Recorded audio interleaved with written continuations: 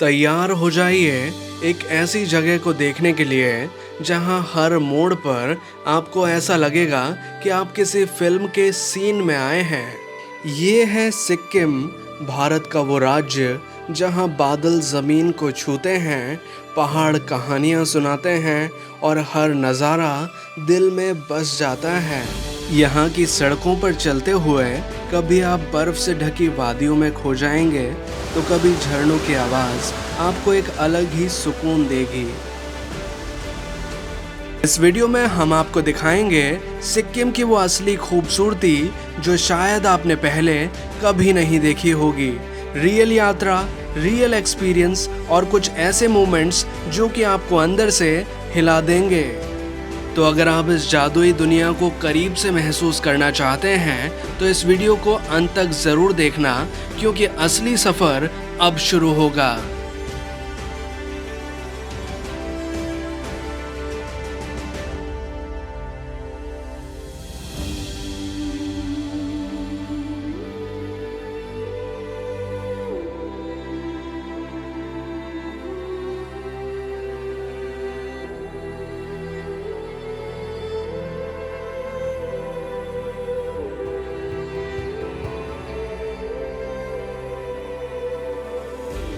नमस्कार दोस्तों, मैं हूं आगम सिंह सिसोदिया। सिक्किम में आप सभी का स्वागत है। अगर आप सिक्किम घूमने का विचार कर रहे हैं तो आज हम आपको सिक्किम के लिए कंप्लीट गाइड करेंगे और यहां के सभी फेमस टूरिस्ट प्लेसेस आपको अच्छे से दिखाएंगे। फ़िलहाल सिक्किम घूमने के लिए हमने कंप्लीट टूर पैकेज बुक किया है वे फॉर ट्रैवल्स कंपनी के साथ, जिसमें हमें सारी सुविधाएं इंक्लूडेड मिली हैं। अब ये टूर पैकेज हमें कितने का पड़ा, इसमें क्या क्या चीज़ें शामिल हैं, ये सारी जानकारी हम आपके साथ शेयर करेंगे। लेकिन इससे पहले आइए मिलकर एक्सप्लोर करते हैं सिक्किम।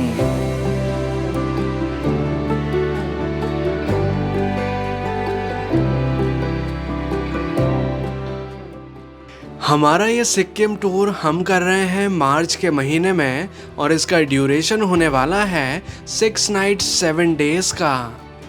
हमारे सिक्किम टूर की शुरुआत होती है बागडोगरा एयरपोर्ट से, क्योंकि यहाँ हम पहुँचे हैं बाय एयर। सिक्किम का नियरेस्ट एयरपोर्ट है बागडोगरा, जो कि वेस्ट बंगाल के सिलीगुड़ी शहर के अंतर्गत आता है। बागडोगरा एयरपोर्ट से गैंगटॉक, जो कि सिक्किम की राजधानी है, उसका डिस्टेंस है लगभग 123 किलोमीटर्स का।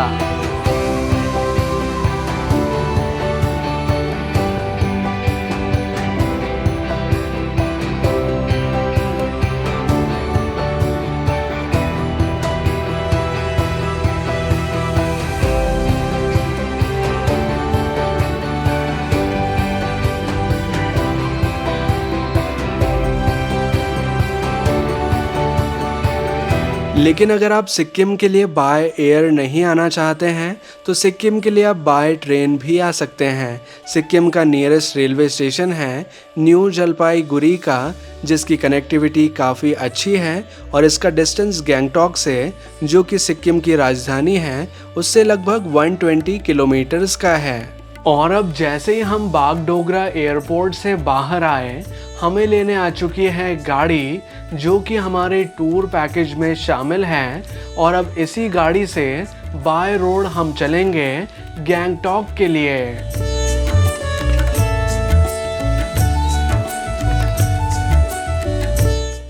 अब हम पहुंच चुके हैं गैंगटॉक में, जो कि सिक्किम की राजधानी है। बागडोगरा एयरपोर्ट से गैंगटॉक पहुंचने में हमें लगभग 5 घंटे का समय लगा है। ये है गैंगटॉक का फेमस एमजी रोड, जिसे गैंगटॉक का सिटी सेंटर कहा जाता है। एमजी रोड पर महात्मा गांधी जी की एक प्रतिमा लगी हुई है, इसी वजह से इसका नाम एमजी रोड यानी कि महात्मा गांधी रोड है। ये एक बहुत बड़ा मार्केट एरिया है जहाँ पर कई तरह की दुकानें हैं। एमजी रोड एक अच्छा स्थान है, यहाँ पर आप फ्री माइंडली वॉक कर सकते हैं। फ्री माइंडली घूम सकते हैं। यहाँ पर व्हीकल्स अलाउड नहीं है, इस वजह से आप पूरे एमजी रोड में देखेंगे तो आपको कोई भी व्हीकल नजर नहीं आएगा। और यहाँ पर अगर आप चाहें तो फ्री माइंडली बैठ भी सकते हैं। यहाँ पर चेयर्स भी लगी हुई है रोड के किनारे पर, जहाँ पर बैठकर आप इस खूबसूरत नज़ारे को एंजॉय भी कर सकते हैं। गैंगटॉक में रुकने के लिए जगह जगह पर कई सारे होटल्स बने हुए हैं जो कि लो बजट से लेकर हाई बजट तक अवेलेबल होते हैं। गैंगटॉक का मेन एरिया है एमजी रोड, जिसके आसपास में कई सारे होटल्स हैं जहां पर रुका जा सकता है। लेकिन यहाँ के जो होटल्स हैं वो थोड़े एक्सपेंसिव रहते हैं। अगर आप थोड़े लग्जरी होटल्स प्रेफर करते हैं तो यहाँ रुक सकते हैं। अगर आप बजट फ्रेंडली ऑप्शन ढूंढ रहे हैं तो आप गैंगटॉक के थोड़े आउटर एरिया में अगर होटल लेंगे तो वो आपके लिए बहुत ज़्यादा किफ़ायती रहेगा। गैंगटॉक में जिस होटल में हम रुकने वाले हैं, इस होटल का नाम है डिवाइन द रॉयल हेरिटेज, जो कि एक काफ़ी लग्जीरियस होटल है। और इस होटल के जिस रूम में हम रुकने वाले हैं उसका रूम टूर मैं आपको कराना चाहूँगा। ये है हमारा होटल रूम, जिसे आप देख पाएंगे। ये रूम काफ़ी अच्छा है और नीट एंड क्लीन है। इसमें ज़रूरत की वो सारी चीज़ें प्रोवाइड की गई हैं जो कि हमारे स्टे को कंफर्टेबल बनाती हैं। गैंगटॉक में अब रात्रि हो चुकी है और हमारा डिनर रेडी हो चुका है। और अब डिनर के साथ ही हमारे इस ट्रिप के पहले दिन का समापन होता है।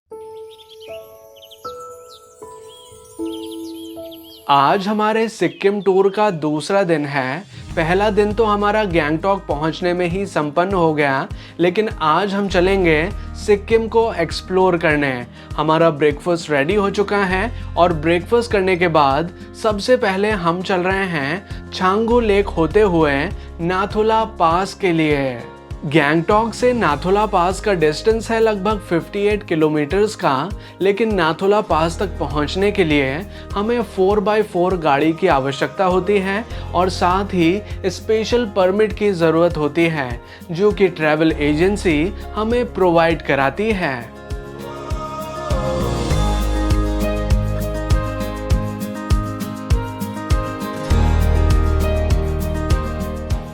नाथुला पास जाने वाला रास्ता बहुत अच्छा है जो कि बॉर्डर रोड ऑर्गेनाइजेशन द्वारा मेंटेन किया जाता है। इस रास्ते पर बहुत ही सुंदर नज़ारे नज़र आते हैं जिन्हें एंजॉय करते हुए आप अपनी यात्रा में आगे बढ़ते हैं। ये है सोमगो लेक, जिसे छांगू लेक के नाम से भी जाना जाता है।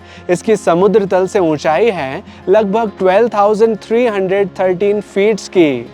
छांगू लेक गैंगटॉक से लगभग 43 किलोमीटर्स की दूरी पर है और ये नाथुला पास जाने वाले रूट पर ही पड़ती है। तो जब हम नाथुला पास जाते हैं तो उस दौरान इस झील को एक्सप्लोर कर सकते हैं।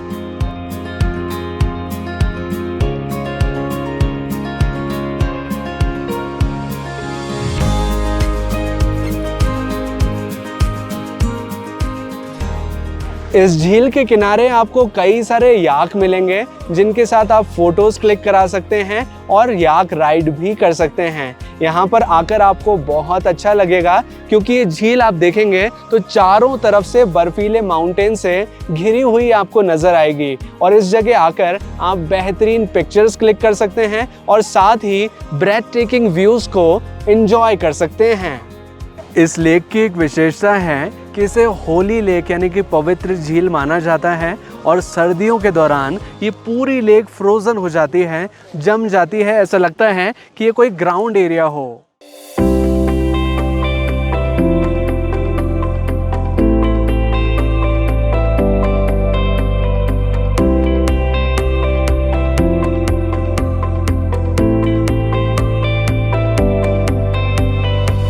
फाइनली अब हम पहुंच चुके हैं नाथुला पास में, जिसकी ऊंचाई समुद्र तल से लगभग 14,140 फीट्स की है। नाथुला पास पर है इंडिया चाइना बॉर्डर, जिसे हम बहुत ही करीब से देख सकते हैं। यहाँ पर पुराने समय में सिल्क रूट हुआ करता था जिसमें भारत और तिब्बत के बीच में व्यापार हुआ करता था। इंडिया चाइना बॉर्डर के मेन पॉइंट तक पहुंचने के लिए हमें थोड़ी चढ़ाई चढ़ते हुए ऊपर की ओर जाना होता है और जिस समय हम बॉर्डर के लिए जा रहे हैं ये पूरा रास्ता स्नो से कवर्ड है अब हम पहुंच चुके हैं मेन स्थान पर, जहां पर है इंडिया चाइना बॉर्डर, जिसे मैं आपको थोड़ा करीब से दिखाना चाहूँगा। अभी जो आप ये बॉर्डर देख रहे हैं जिस पर एक बोर्ड लिखा हुआ है, this is the international boundary, इसके उस पार चाइना है और अभी हम खड़े हैं इंडिया में। यहाँ से आप देखेंगे तो एक हट आपको नज़र आ रही होगी, एक ऑफिस है, वो चाइना का ऑफिस है और अभी हम इंडिया में हैं। यहाँ पर जो फ्लैग्स लगे हुए हैं ये इंडिया का पार्ट है और उसके उस पार वो है चाइना का पार्ट। जहाँ तक इंडिया का फ्लैग लगा हुआ है वो इंडिया का पार्ट है, उसके बाद वाला जो पार्ट है वो चाइना का है। यहाँ से जो इंटरनेशनल बॉर्डर है उसे और ज़्यादा क्लोज में देख सकते हैं, जैसे कि दूर आप देखेंगे तो एक फेंसिंग की गई है, उस फेंस के उस पार चाइना है और ये है इंडिया। और इस नाथुला पास पर स्थित इंडिया चाइना बॉर्डर को देखने के लिए कई सारे टूरिस्ट आते हैं। ये काफ़ी इम्पॉर्टेंट अट्रैक्शन है। अगर आप सिक्किम आते हैं तो नाथुला पास आपको ज़रूर आना चाहिए। आप देखेंगे कई सारे लोग इस बॉर्डर को देखने आए हुए हैं।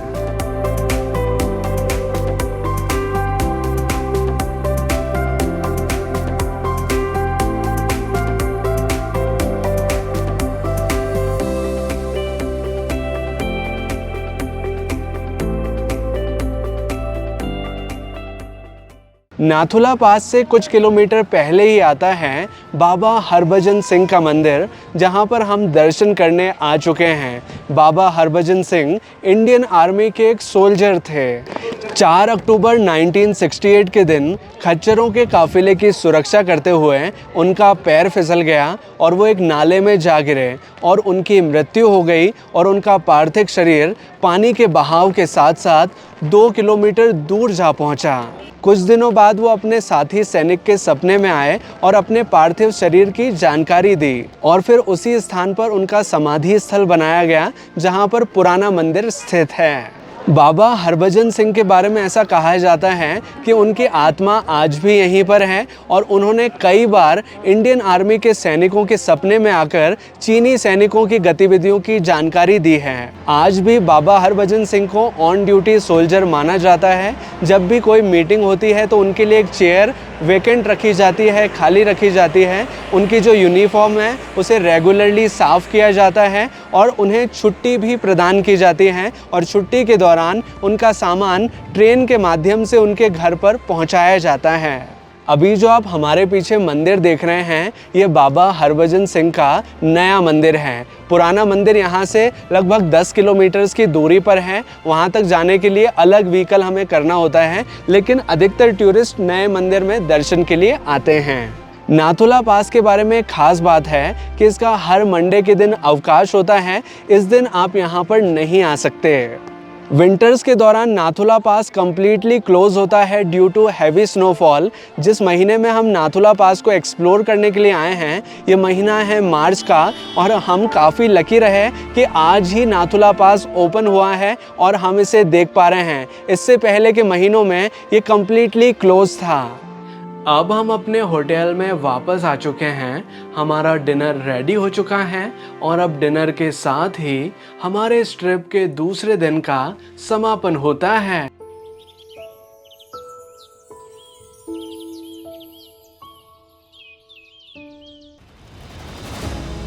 आज हमारे सिक्किम टूर का तीसरा दिन है। हमारा ब्रेकफास्ट कंप्लीट हो चुका है और हम चल रहे हैं गैंगटॉक से लाचेन के लिए, जिसका डिस्टेंस है लगभग 123 किलोमीटर्स का। सिक्किम में लाचेन और लाचुंग घूमने के लिए हमें गवर्नमेंट के स्पेशल परमिट की आवश्यकता होती है, जिसे हमें ट्रैवल एजेंसी प्रोवाइड कराती है। लाचेन का रास्ता बहुत ही रोमांचक है, जो कि प्राकृतिक सौंदर्य से भरा हुआ है। इस पूरे रास्ते में आपको कई सारे वाटरफॉल्स नज़र आएंगे, जिन्हें एंजॉय करते हुए आप अपनी यात्रा में आगे बढ़ते हैं।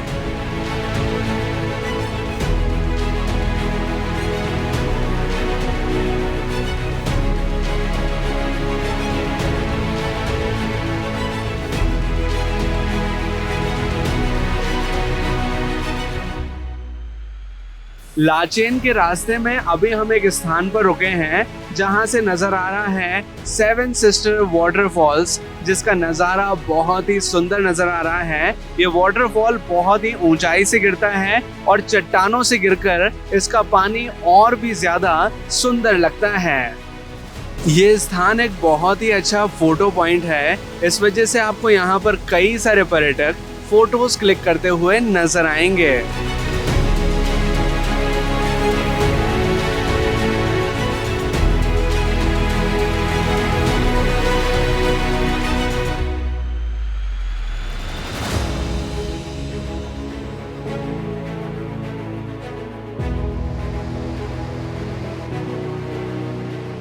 लाचेन जाने वाले रास्ते पर बीच में आती है तीस्ता नदी, जिसे क्रॉस करते हुए हमें आगे की ओर जाना होता है।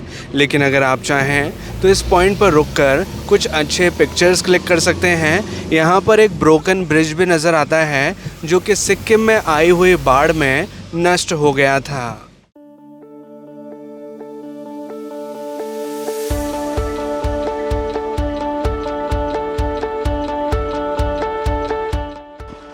अब एक स्थान पर हम पहुंचे हैं जिसका नाम है चुंगथांग।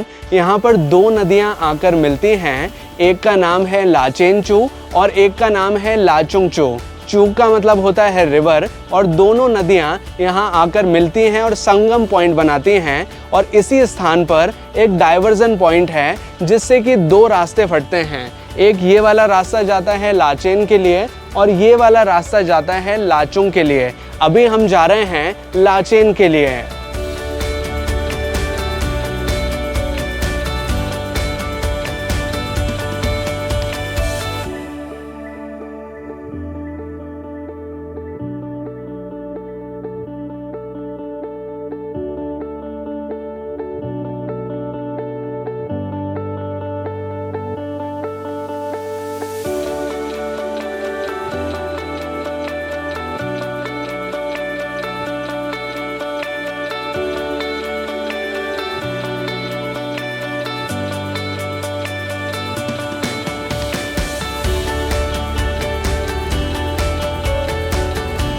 ये है लाचेन फॉल्स, जो कि एक खूबसूरत झरना है और बहुत ऊंचाई से गिरता है। इसका फ्लो रेट भी काफ़ी अच्छा है। अगर आप चाहें तो इस वाटरफॉल को देख सकते हैं। ये वाटरफॉल तब आता है जब हम लाचेन में प्रवेश ही कर रहे होते हैं और लाचेन रह जाता है सिर्फ कुछ ही किलोमीटर्स की दूरी पर।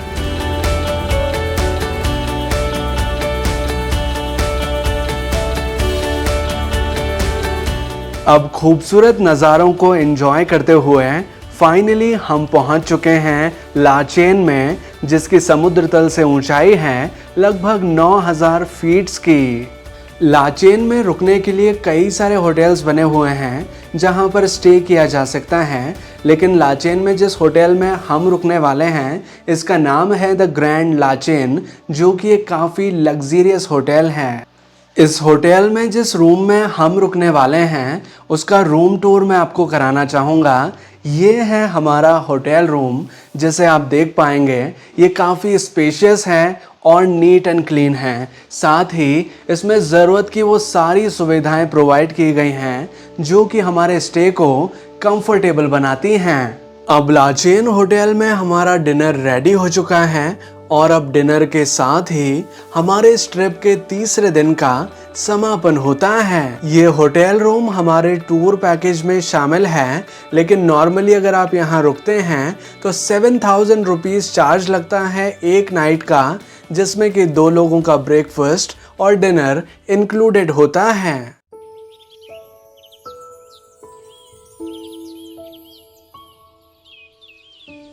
आज हमारे इस ट्रिप का 4th डे है। हमारा ब्रेकफास्ट कंप्लीट हो चुका है और हम चल रहे हैं गुरु डोंगमर्ग लेक को एक्सप्लोर करने। लाचेन से गुरु डोंगमर्ग लेक का डिस्टेंस है लगभग 64 किलोमीटर्स का, लेकिन अगर हम इस डिस्टेंस को मेज़र करें गैंगटॉक से तो इसका डिस्टेंस है लगभग 190 किलोमीटर्स का।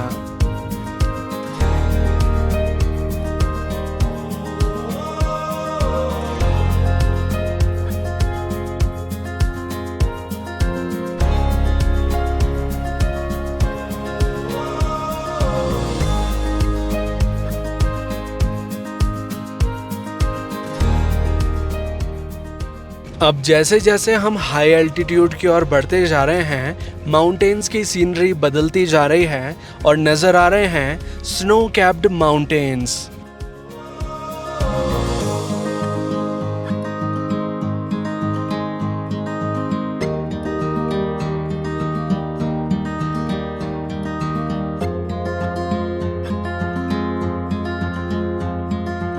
गुरु डोंगमार्ग लेक से लगभग 15 किलोमीटर पहले एक चेक पोस्ट आता है जहां पर हमारा परमिट चेक किया जाता है और साथ ही अगर आपने ऑक्सीजन सिलेंडर नहीं लिया है तो ऑक्सीजन सिलेंडर यहां से आप ले सकते हैं, क्योंकि गुरु डोंगमार्ग लेक तक अगर आपको जाना है तो ऑक्सीजन सिलेंडर कंपलसरी होता है, क्योंकि वहां पर ऑक्सीजन की थोड़ी कमी होती है।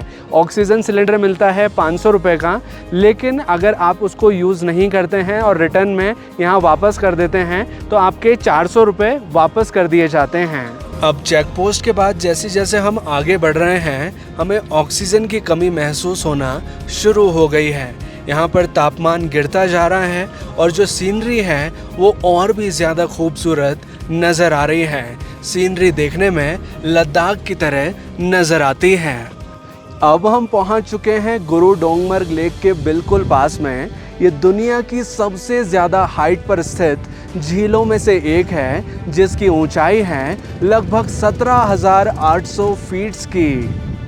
इतनी ज़्यादा हाइट पर होने की वजह से यहाँ पर ऑक्सीजन की काफ़ी कमी होती है। अगर आप थोड़ा चलेंगे फिरेंगे या फिर थोड़ा तेज़ गति से वॉक करेंगे तो आपकी सांस बहुत जल्दी फूल सकती है। इस वजह से यहाँ पर ऑक्सीजन सिलेंडर लाना कंपलसरी होता है।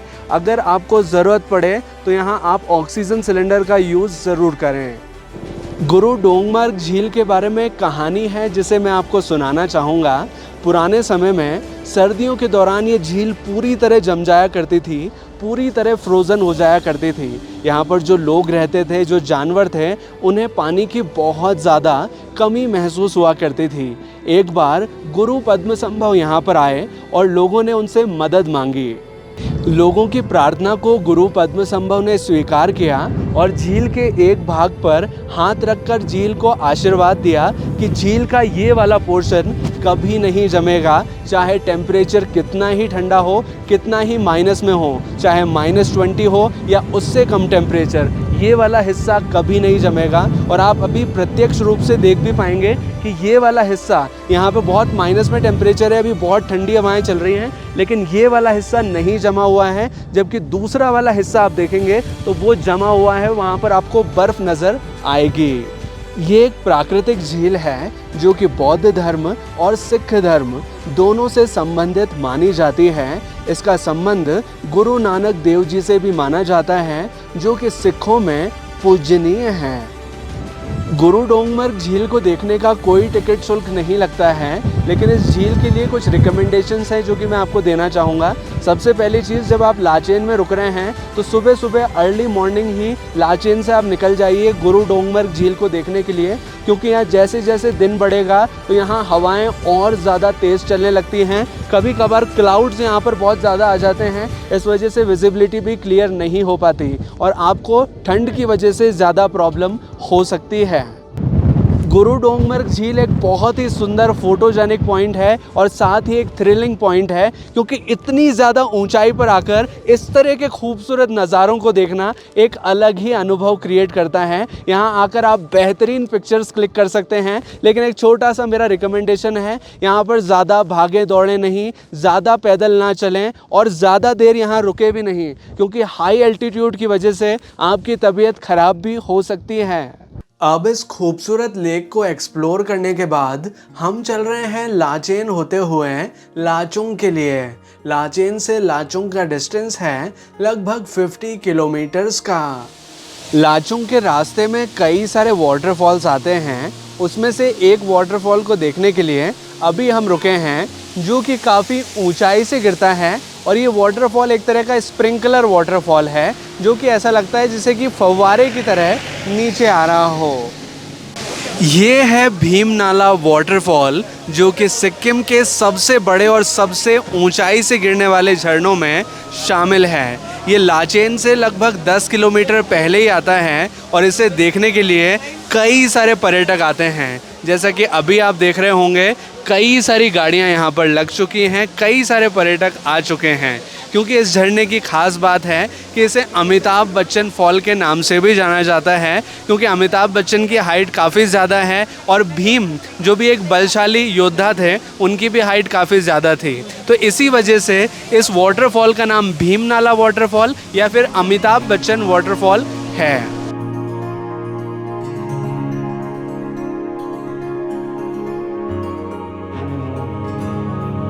अब हम पहुंच चुके हैं लाचुंग में, जिसकी समुद्र तल से ऊंचाई है लगभग 9600 फीट्स की। लाचुंग में रुकने के लिए कई सारे होटल्स हैं जहां पर स्टे किया जा सकता है, लेकिन लाचुंग में जिस होटल में हम रुकने वाले हैं, इस होटल का नाम है डिवाइन ब्रोकयार्ड रिसोर्ट, जो कि एक काफ़ी लग्जीरियस होटल है। ये है हमारा होटल रूम, जो कि काफ़ी अच्छा है, वेल मेंटेन्ड है और इसमें सारी सुविधाएं प्रॉपर्ली दी गई हैं। अब लाचुंग होटल में हमारा डिनर रेडी हो चुका है और अब डिनर के साथ ही हमारे इस ट्रिप के 4th डे का समापन होता है।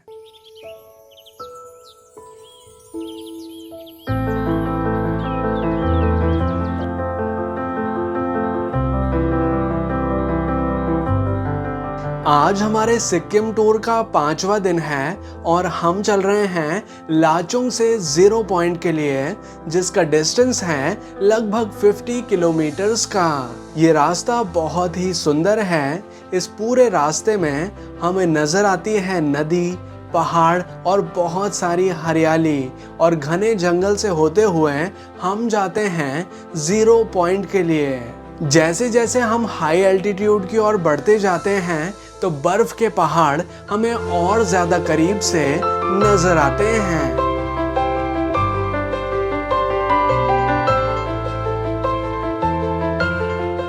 ये है 0 पॉइंट, जिसकी ऊंचाई समुद्र तल से लगभग 15,300 फीट्स की है। यहाँ पर आप जब भी आएंगे आपको नजर आएगी बहुत सारी स्नो। इस स्थान का नाम 0 पॉइंट इस वजह से है क्योंकि आम लोगों के लिए इस स्पॉट के बाद जो रोड है वो खत्म हो जाता है। आगे है इंडिया चाइना बॉर्डर, जो कि यहाँ से कुछ ही किलोमीटर्स की दूरी पर है। वहाँ तक हम नहीं जा सकते। आम लोगों के लिए इसी स्थान तक आना अलाउड है। इसी वजह से इस पॉइंट को कहा जाता है 0 पॉइंट।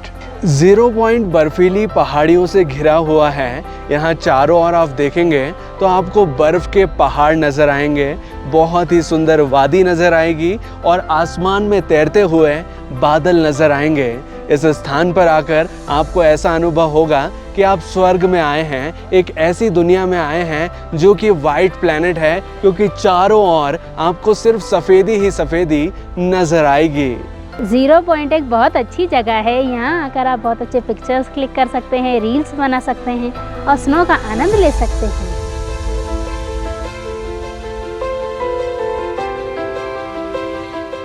अब 0 पॉइंट को एक्सप्लोर करने के बाद हम चल रहे हैं युमथांग वैली को एक्सप्लोर करने के लिए, जो कि लाचुंग जाने वाले मार्ग पर ही बीच में आती है।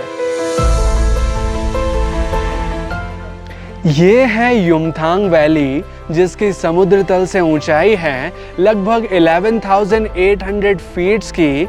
इसे वैली ऑफ फ्लावर्स के नाम से भी जाना जाता है।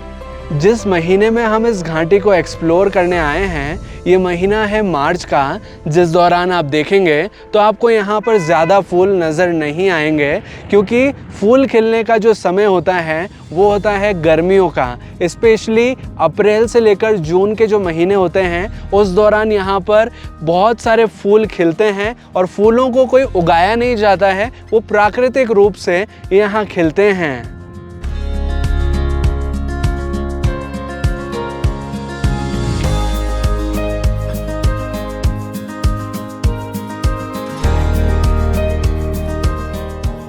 युमथांग वैली से कुछ ही किलोमीटर्स की दूरी पर एक हॉट स्प्रिंग है, यानी कि एक गर्म पानी का स्रोत है जो कि प्राकृतिक रूप से यहाँ पर उत्पन्न हुआ है। उसे देखने आप जा सकते हैं। इस पॉइंट से 10 मिनट्स का वॉक हमें लेना होता है और फिर हम पहुँचते हैं हॉट स्प्रिंग तक।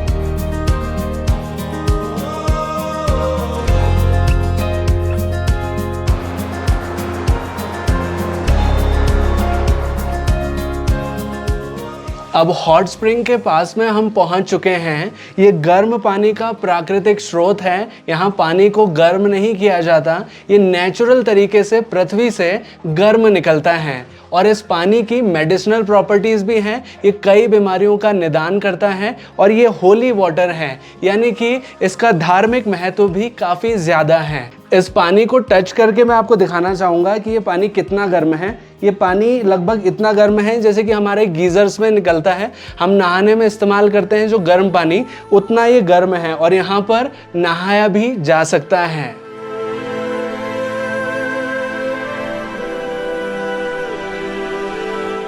लाचुंग में एक मोनेस्ट्री भी है जिसे भी अगर आप चाहें तो एक्सप्लोर कर सकते हैं। ये मोनेस्ट्री काफ़ी पुरानी है और देखने में बहुत ही सुंदर लगती है।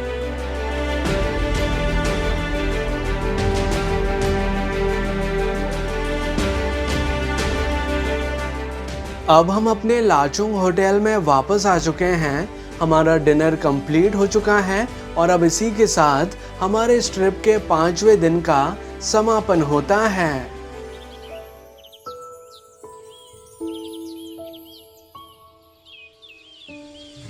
आज हमारे इस ट्रिप का 6th डे है और हम चल रहे हैं लाचुंग से गैंगटॉक के लिए, जिसका डिस्टेंस है लगभग 120 किलोमीटर्स का।